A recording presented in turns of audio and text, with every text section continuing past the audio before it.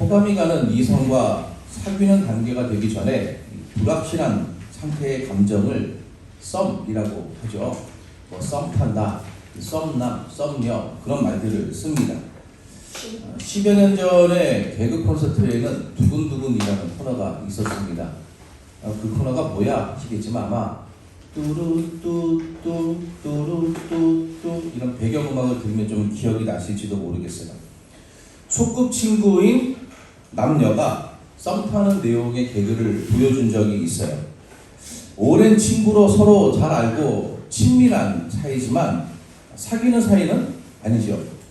그런데 이런 사이가 사귀는 사이가 되면 많은 것이, 어쩌면 모든 것이 달라집니다.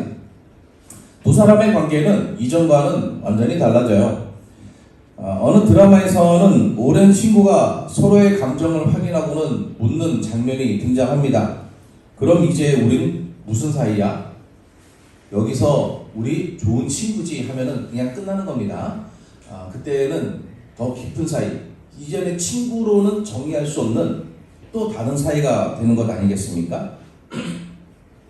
이렇게 이성 간의 특별한 감정의 교류인 사귐을 이야기하지 않더라도 우리가 보통 친구들 사귄다라고 할 때도 마찬가지예요. 어떤 친구를 사귀려면 그 친구들과의 사귐의 테두리 안에 들어오는 그 단계가 있습니다. 친구들이 그냥 뿅 하고 그냥 친구가 되는 건 아니에요. 어떤 경우에는 이 친구의 테두리에 들어가지 못했던 아이가 친구의 테두리 안에 들어가기도 합니다. 여러 가지 이유가 있을 수 있겠죠. 같은 동네에 산다거나 아니면 같은 취미를 가졌다거나 여러 가지 이유가 있을 거예요. 근데 유유상종이라고 하다 보니 친구들은 서로 달라도 뭐라도 한 구석 비슷한 것이 있습니다. 하다못해 동네가 같다라는 또는 반이 같다라는 공통점이라도 있어야 친구가 되는 것 아니겠습니까? 저도 예전에 모교에서 아버지가 목사님이시고 뭐 이러다 보니까 교회를 많이 옮겨 다니다가 마지막에 정착했던 그 모교에 가게 되었을 때에 집이 멀고 하다 보니까 친구들이 없었어요. 학교 친구들은 같이 그 교회를 다니지 못하고 친구가 없었는데 이제 중학생, 고등학생이 되고 좀 교회에서 활동을 시작하면서 시간을 많이 보내다 보니까 교회에서 친구를 사귀어야겠더라고요. 이미 그 아이들은 또래 집단이 다 형성이 되어 있지 않습니까? 그 친구들 사이에 들어가는 것이 그렇게 뭐 간단하지는 않습니다. 걔네들이 저까지 굳이 챙겨가지고 가는 데마다 데리고 다닐 일은 없으니까 뭐 제가 다 따라다녀야 돼요. 그렇게 따라다니고 여기 모임에 끼고 저기 모임에 끼고 같이 라면 먹으러도 가고 이렇게 하다면서 좀 친해지게 되었습니다. 이전에는 멀리 떨어져 있고 관심을 받게 있었으나 친구가 되면서 친구라는 울타리에 들어가게 되면서 쉽게 말하면 친구로서 사귀게 되면서 그 안에서 친구들이 공유하는 것을 함께 공유하게 됩니다. 이전에는 공유하지 못했던 것을 같이 공유하게 되는 거죠. 사귀는 사이가 되면 이성 간의 사귐이든 아니면 친구의 사귐이든 그 사귐은 무엇인가를 공유합니다. 이전과 똑같이 함께 어울리던 친구를 만나더라도 그 사이에 두 사람이 특별한 사귐의 관계가 되면 그 두 사람은 특별히 공유하는 것이 생겨요. 사귀기 전에도 취향이나 습관이나 성격이나 과거의 경험을 알고 있을지 모르겠습니다만 사귀는 사이가 되면 두 사람의 공유는 그 차원과 깊이가 달라지죠. 친구가 아닐 때와 친구일 때, 또 친구 사이더라도 이성 간의 깊은 사귐으로 나아갈 때에는 그 단계가 달라지는 것을 볼 수 있습니다. 그래서 사실 배타적일 수밖에 없어요. 친구 그룹이든 아니면 남녀가 사귀든 사귐의 그룹은 그 사귐의 그룹 밖에 있는 사람들과는 구별되는 부분이 분명히 있습니다. 그래서 배타적인 거죠. 다른 사람들과는 구별되는 특별한 공유, 그래서 다른 사람은 함께할 수 없는 배타적인 공유가 형성됩니다. 그러다 보니까 그 안에 있는 사람들은 더 알고 싶어지는 거예요. 상대방은 더 알고 싶어집니다. 다른 사람들도 다 아는 것 말고 두 사람만 아는 것, 친구끼리만 아는 것, 다른 사람들에게는 말할 수 없는 것도 투명하게 털어놓는 관계가 되기를 원하는 거죠. 그래서 누군가에게 무슨 일이 생기면 아이들 학교에서 어떤 아이에게 무슨 일이 생긴다, 갑자기 안 보인다. 그러면 선생님이 쟤 누구랑 친하니? 물어보고 그 친구에게 쟤 오늘 무슨 일 있니? 집에 한번 가봐라. 그런 것들도 이야기하지 않습니까? 다른 아이들은 모르는 무엇인가, 또 친구들은 모르는 무엇인가가 더 깊은 사귐의 관계 안에는 공유되고 있는 거예요. 하나님 안에 사귐이 있습니다. 우리가 기초교리반 과정에 참여하신 분들 책의 첫 부분에서 삼위일체 하나님은 성부와 성자와 성령이 서로 영원히 온전하게 사랑하시기 때문에 영원하고 온전하게 행복하신 분이다. 이런 것 배우신 내용 기억하실 거예요. 과정에 참여하지 못하신 분들을 위해서 약간의 설명을 더 해드리자면, 삼위일체 하나님은 성부 하나님과 성자 하나님과 성령 하나님께서 각각의 독립된 신격으로 서로를 사랑하십니다. 성부가 성자를 사랑하고, 성자가 성령을 사랑하고, 성령이 성부를 사랑하고, 또 반대로도 사랑하고, 그 사랑이 영원하고 온전한 사랑이에요. 삼위의 하나님께서 서로를 이렇게 사랑하신다는 것은 하나님 안에 사귐이 있다는 것을 의미합니다. 가장 완전한 사귐, 조금도 부족한 것이 없고 완전한 사귐이 하나님 안에 이미 존재하고 있어요. 요한은 이 사귐이 예수님을 믿는 사람들에게 확대되었다고 이야기합니다. 하나님과 사람의 사귐은 먼저 예수님을 본 사람들로부터 시작이 됩니다. 요한은 자신과 동료들, 사도들이 태초부터 계신 생명의 말씀, 즉 예수님을 듣고 보고 만졌다고 이야기해요. 육체가 아니신 생명의 말씀이 육체가 되어서 이 땅에 오셨습니다. 그 육체가 되신 말씀과 함께 지내면서 그분의 음성을 듣고 그분을 직접 보고 그분을 만지며 교제했어요. 그분과 사귐을 가졌습니다. 예수님 안에 있는 그 신성한 생명을 공유하는 사이가 된 거예요. 그리고 그 사귐은 예수님을 만난 적이 없는, 예수님이 이 땅에 계실 때 한 번도 그분을 본 적이 없는 사람들에게로 더 확대되었습니다. 요한은 자신들이 보고 들은 것, 그리고 이 모든 것들을 포괄하는 복음의 내용을 전함으로써 그 복음을 듣고 믿는 사람들이 이 사귐에 동참한다라고 이야기하는 거예요.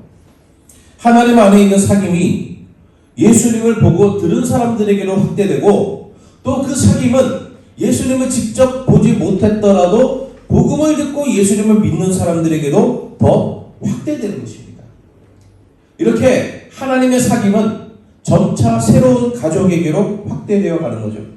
결론적으로 그리스도인은 하나님과의 사귐, 삼위일체의 하나님 안에 있는 그 사귐에 동참하는 사람이 되었습니다. 우리가 그런 존재라는 거예요. 하나님과 특별한 것을 공유하고, 특별히 그 특별한 것이 무엇이냐? 생명이라고 이야기하죠. 하나님과 하나님 안에 있는 그 생명을 공유하는 사람, 하나님의 거룩하신 성품에 참여하는 사람, 바로 우리 그리스도인은 그렇게 하나님과 사귀는 사람입니다. 드라마에서 자주 볼 수 있는 소재 중에 하나는 사회적 배경이 너무 다른 두 사람이 사랑하면서 생기는 갈등이에요. 왜 본부장은 죄다 29살인지 모르겠습니다. 29살에 오너의 손자 또는 아들인 본부장이 가난한 집안의 딸을 사랑하게 됩니다.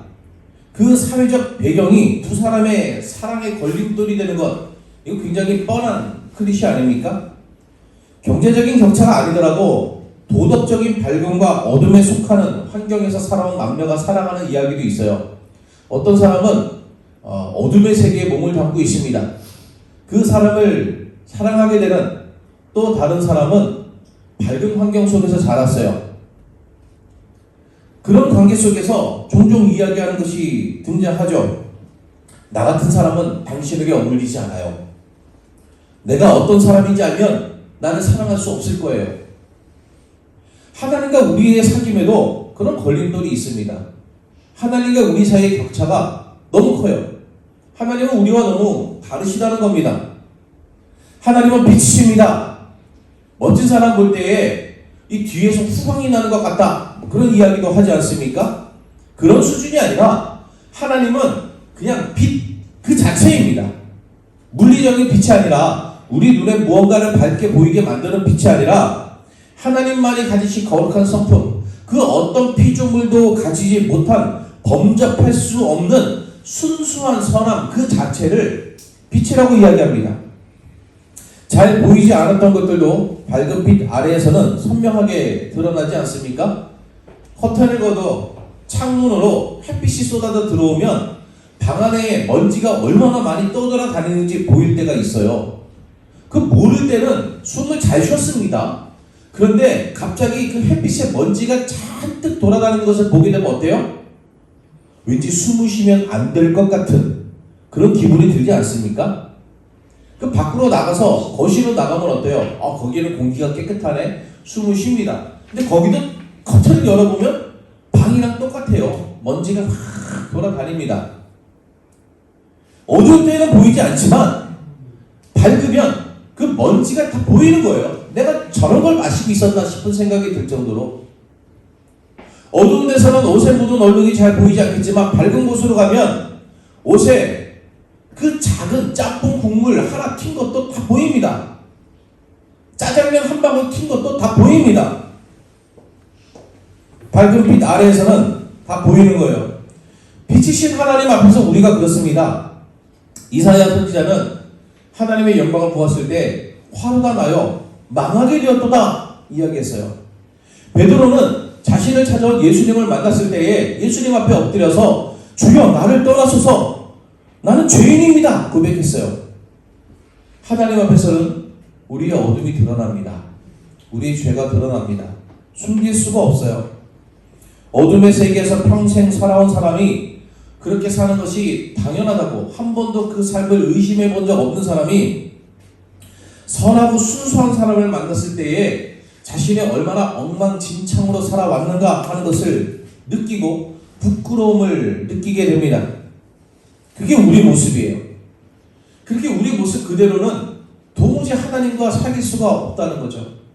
저 같은 사람은 하나님에게 어울리지 않아요 라고 말할 수밖에 없습니다. 어둠이 조금도 없으신 하나님과의 사귐에 어둠밖에 없는 우리는 들어갈 수가 없어요.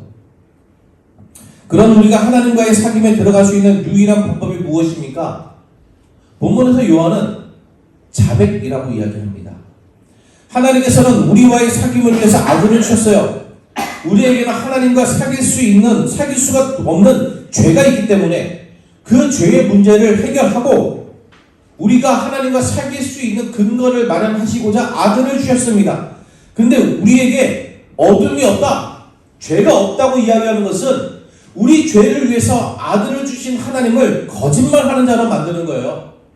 너희에게 죄가 있기 때문에 내 아들을 주겠다라고 하나님 말씀하셨는데 저는 죄가 없는데요? 라고 이야기하면 너희에게 죄가 있다라고 말하는 하나님을 거짓말하는 자로 만드는 것이다. 우리 안에 있는 죄를 인정하지 않고 오히려 하나님을 거짓말하는 자로 만들면 그분과의 사귐에 들어갈 수가 없습니다. 하나님 안에 있는 생명을 공유하는 관계가 될 수가 없습니다. 그래서 인정해야 해요. 숨긴다고 숨길 수가 없기 때문입니다. 이미 우리의 어둠과 죄를 알고 계신 하나님께 우리에게는 어둠뿐이라는 것을, 우리에게는 죄로 물든 자아뿐이라는 것을 고백해야 합니다. 그러면 이미 우리 죄를 위해서 아들을 주신 하나님께서 우리의 그 고백을 들으시고 용서하세요. 우리를 모든 죄에서 깨끗하게 하십니다. 우리가 죄를 고백하고 더 이상 죄에 머물지 않기를 결단하면 우리는 하나님 안에 있는 생명의 사귐으로 들어가게 되는 것입니다. 하나님의 생명을 공유하게 됩니다. 요한이 이렇게 말하는 것은 우리 이미 용서를 받았으니까 이제는 어떻게 살든 괜찮다라고 말하는 게 아니에요. 하나님과의 사귐에 들어갔으니까 우리는 이제 걱정할 게 없다 이런 뜻이 아니에요. 요한은 이 본문 이후에 2장 1절에서 이것을 너희에게 쓴 것은 너희로 죄를 짓지 않게 하려는 것이다 이렇게 말합니다. 과거를 털어놓고 현재와 미래를 공유하는 사귐은 다시 과거로 돌아가서는 안 됩니다. 이전의 과거에 얼마나 많은 사람을 만났든지 지금 만나는 사람과의 깊은 사귐, 끊어질 수 없는 사귐에 들어갔다라고 생각한다면 다시 이전에 만났던 사람들에게로 돌아가서는 안 되는 것 아닙니까? 지금의 사귐에만 집중하고 충성해야 되는 것 아니겠습니까? 또 현재의 모습에 그대로 머물러 있어도 안 되는 거예요. 나의 현재의 모습에 머물러 있는 것이 아니라 앞으로의 모습이 달라져야 하는 것입니다. C.S. 루이스는 고통의 문제에서 이렇게 말합니다.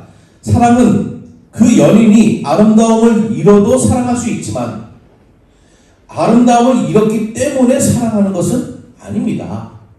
사랑은 모든 허물을 용서해 줄 수 있고 모든 허물에도 불구하고 여전히 사랑할 수 있지만 그 허물을 없애주겠다는 결심을 접지 않습니다. 루이스는 또 이렇게 말합니다. 하나님의 사랑을 향해 현재의 우리의 모습에 만족하라고 요구하는 것은 하나님께 하나님이시기를 그만두라고 요구하는 것과 같습니다. 하나님이 우리에게 요구하시는 것이 무엇입니까? 있는 모습 그대로의 너를 사랑한다. 그리고 있는 모습 그대로의 너를 위해 나는 내 아들을 주었다.